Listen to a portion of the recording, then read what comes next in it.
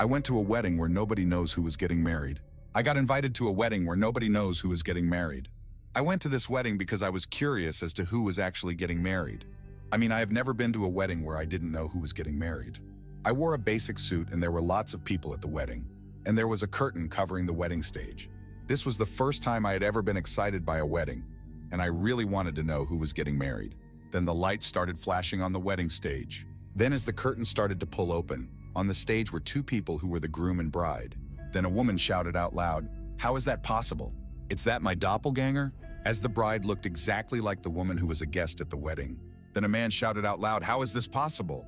The groom looks identical to me." And both the woman and the man, who were both guests at the wedding, looked at each other with worried looks. Then a computer screen pooped out from the stage and it read, "If you don't want the bride or groom to look like you, then you must hurt yourself." Then the man and woman who looked like the bride and groom had started to slap each other. Then the bride and groom started to look different, and they now looked like two other individuals who were guests from the wedding. Then another woman started to become worried when the bride now looked like her, and the groom looked like another man at the wedding. They started hitting each other because they didn't want the bride and groom to look like them. It didn't seem to work though.